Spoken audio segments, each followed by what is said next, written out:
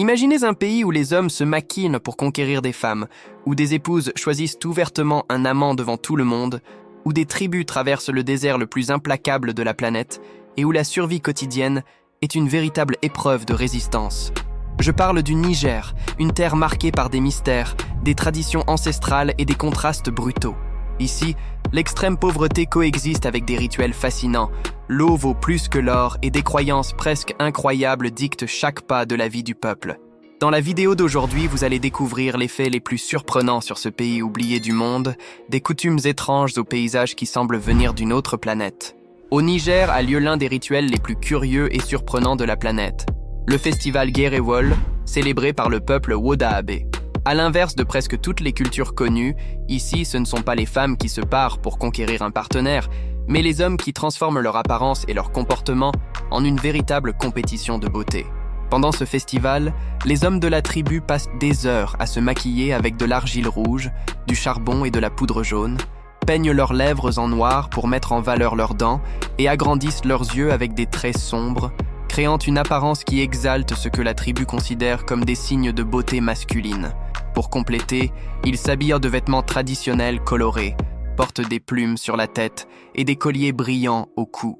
Mais la beauté ne tient pas qu'à l'apparence. Le point culminant du festival, ce sont les danses appelées yak, quand les hommes s'alignent côte à côte et entament des mouvements répétitifs, presque en transe, tout en entonnant des chants traditionnels qui résonnent dans le désert. Ils ouvrent les yeux au maximum, exhibent des sourires exagérés et s'efforcent de montrer leurs meilleurs attributs, des dents claires, des yeux brillants et de la résistance physique, des qualités considérées comme attirantes parmi les Wodahabé. C'est un spectacle qui peut durer des heures sous un soleil brûlant, exigeant discipline et force. Pendant ce temps, les femmes de la tribu observent attentivement. Ce sont elles qui décident du vainqueur, choisissant l'homme le plus beau et le plus charmeur. Et ce choix n'est pas seulement symbolique, il peut signifier passer une nuit ensemble ou même un mariage. Le détail le plus polémique est que même des femmes mariées ont le droit de choisir un autre partenaire durant le festival, chose impensable pour une grande partie du monde, mais qui fait ici partie de la tradition. Le Niger compte une population d'environ 27 millions d'habitants, mais dispersée sur un territoire immense et hostile. Une grande partie du peuple vit dans de petits villages au sud du pays, près du fleuve Niger, où la terre permet encore de planter et d'élever des animaux. Au nord, au milieu du désert, vivent les Touaregs, connus comme les « hommes bleus du Sahara » à cause de leurs vêtements traditionnels teints à l'indigo qui marquent la peau de leur couleur. Ce sont des nomades qui traversent le désert avec leurs chameaux, perpétuant d'anciennes traditions de commerce, de musique et de poésie. Un autre peuple fascinant du Niger est celui des Wodahabé, appartenant au groupe Peul, devenu célèbre dans le monde entier pour ses rituels de beauté. En plus d'eux, le pays abrite les Haoussa et les Arma, qui représentent ensemble la majorité de la population et vivent principalement dans des zones agricoles, cultivant le mil, le sorgho et élevant du bétail. Malgré la diversité, tous ces peuples ont en commun une vie difficile. Le Niger possède l'un des taux de natalité les plus élevés du monde, mais il est aussi confronté à des indices très élevés de pauvreté et de mortalité infantile. Ce mélange d'ethnies, de traditions et de modes de vie fait du Niger un véritable mosaïque culturel, où chaque peuple conserve ses croyances et ses rituels ancestraux, résistant au temps et au poids des difficultés du quotidien. Un autre peuple qui attire l'attention est celui des Touaregs, connus mondialement comme les hommes bleus du désert. Ce surnom vient de leurs vêtements traditionnels teints à l'indigo, une couleur si forte qu'elle tache la peau, leur donnant une apparence unique. Plus qu'un simple habillement, cet accoutrement symbolise le statut, l'identité et la protection contre la chaleur implacable et les tempêtes de sable. Les Touaregs sont nomades et depuis des siècles, ils traversent le Sahara en guidant leurs caravanes de chameaux, transportant sel, or et épices entre des régions lointaines d'Afrique. Leurs routes commerciales étaient de véritables artères de vie dans le désert. Et aujourd'hui encore, beaucoup suivent ce mode de vie, vivant sous des tentes faites de cuir et de tissus, démontées et transportées d'un lieu à l'autre selon la nécessité de trouver de l'eau et du pâturage. Ce qui rend ce peuple encore plus fascinant, ce sont ses coutumes sociales et ses traditions. Contrairement à de nombreuses cultures africaines, chez les Touaregs, ce sont les femmes qui jouissent d'un grand prestige. Elles héritent des biens, gardent les secrets des familles et ont une voix active au sein de la communauté.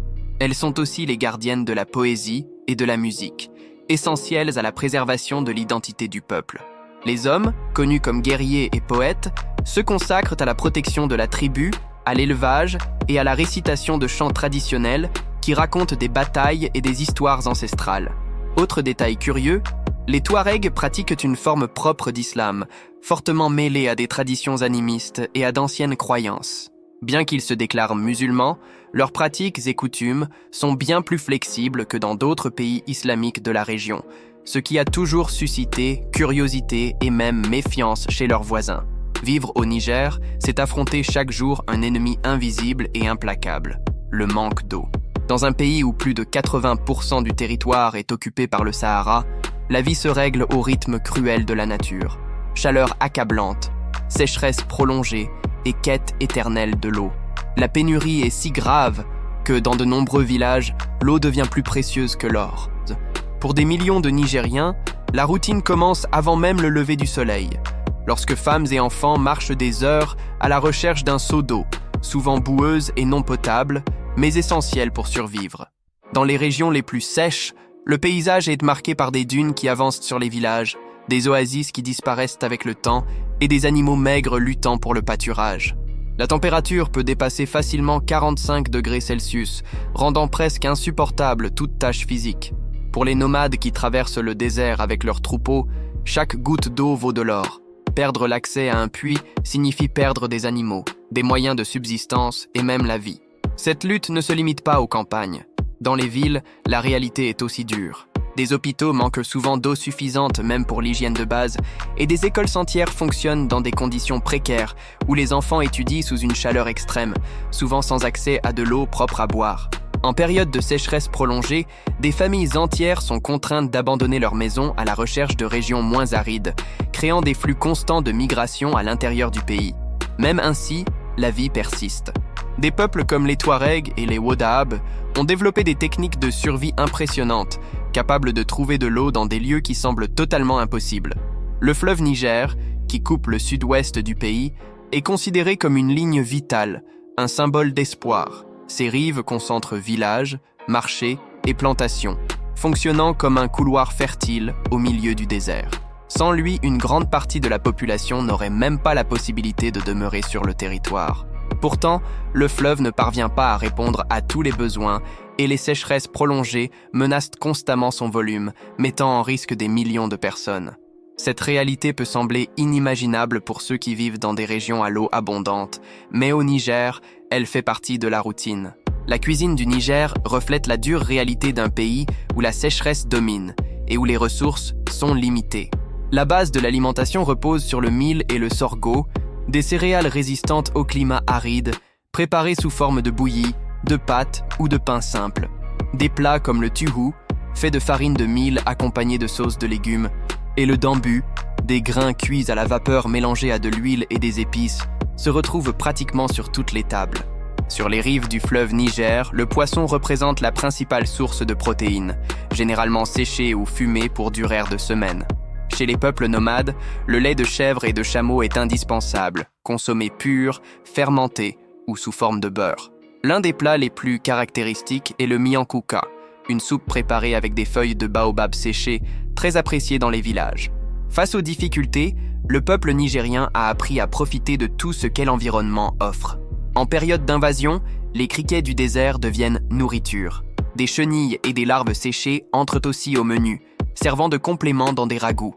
Au Niger, manger n'est pas seulement survivre, c'est aussi préserver des traditions, maintenir des liens familiaux et prouver que, même au milieu du désert, la créativité du peuple transforme le peu en symbole de résistance. Si le Sahara est déjà considéré comme l'un des endroits les plus hostiles de la Terre, il existe en son sein une région encore plus extrême, le désert du Ténéré, au Niger. Souvent appelé un désert dans le désert, c'est une vaste étendue de dunes et de plaines arides qui s'étendent sur des centaines de kilomètres sans aucun signe de vie.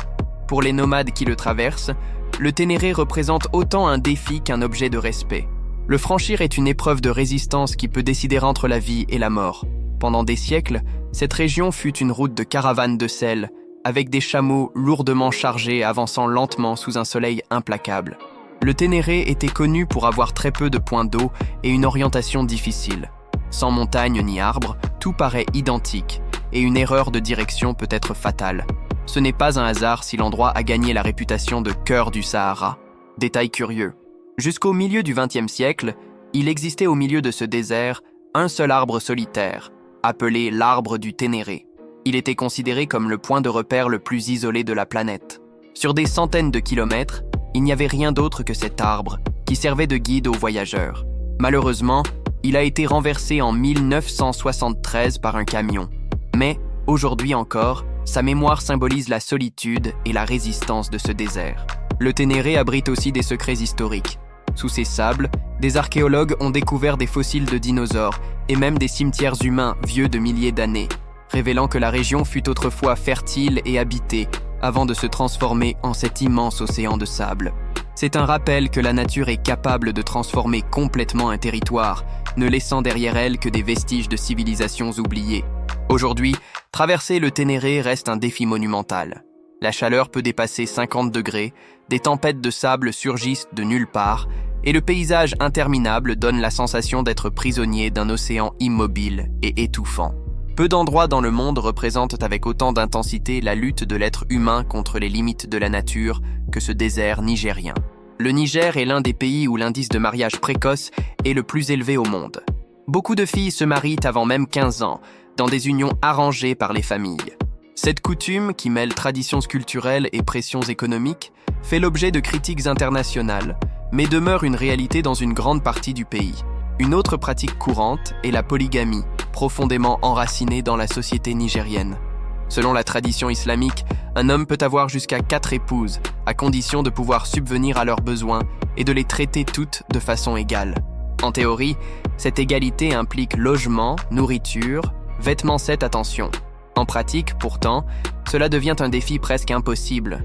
Mais beaucoup d'hommes aspirent encore à avoir plusieurs épouses comme symbole de prestige social. La polygamie est vue comme une preuve de statut et de prospérité. Avoir de nombreuses épouses signifie, pour beaucoup, afficher force, pouvoir économique et respect au sein de la communauté. Pour les femmes, cette réalité peut être rude. L'attention du mari se divise, les ressources sont souvent insuffisantes et les conflits entre coépouses sont fréquents.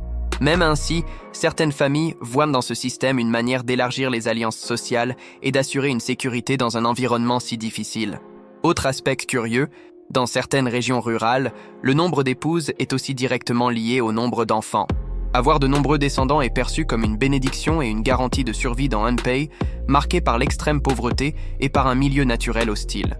Pour les hommes, multiplier la famille signifie perpétuer le nom, augmenter la force de travail et, d'une certaine manière, défier la dureté du désert. Le Niger est situé au cœur de l'Afrique de l'Ouest et c'est l'un des pays les plus chauds et les plus secs de la planète.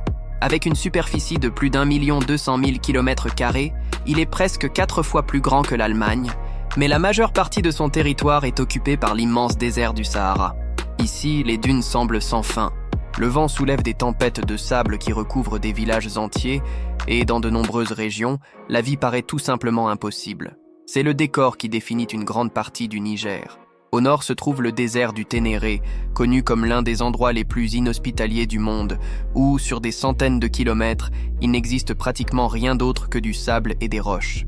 Au sud, le paysage se transforme en savane semi-aride, où l'agriculture de subsistance et le pastoralisme assurent encore la survie de millions de personnes.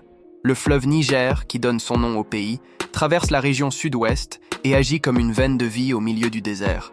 Sur ses rives, des villages s'épanouissent, des cultures sont plantées et les animaux trouvent de l'eau. En raison de cette combinaison de terres arides et de zones fertiles autour du fleuve, le Niger est souvent appelé la frontière entre le désert et la vie. Mais ne vous y trompez pas, survivre ici est un défi quotidien. Les températures peuvent dépasser facilement 45 degrés et la sécheresse prolongée menace constamment la population. Cette géographie extrême ne façonne pas seulement le paysage. Elle définit aussi les coutumes, les traditions et même les rituels des peuples qui vivent sur ce territoire, aussi hostile que fascinant. Au Niger, au milieu de l'aridité et de la lutte pour la survie, se dresse un arbre considéré presque comme un miracle de la nature. Le baobab, connu dans toute l'Afrique comme l'arbre de vie. Avec son tronc gigantesque et torsadé, qui peut atteindre plus de 10 mètres de diamètre, il garde en son intérieur un secret vital, la capacité de stocker des milliers de litres d'eau, ressource précieuse dans l'un des pays les plus arides du monde. Pour le peuple nigérien, Le baobab est bien plus qu'un arbre, c'est un allié indispensable à la survie. Ses feuilles, lorsqu'elles sont séchées et moulues, donnent naissance au miankuka, une soupe épaisse au goût amer mais riche en nutriments, consommée principalement par les communautés rurales. Les fruits, connus sous le nom de pain de singe, offrent une pulpe acidulée riche en vitamine C, en calcium et en fibres, utilisée autant dans l'alimentation que dans la médecine traditionnelle. L'écorce et les fibres du tronc servent à produire des cordes, des paniers et même des remèdes naturels. Même les graines sont utilisées, notamment pour la production d'huile et d'assaisonnement.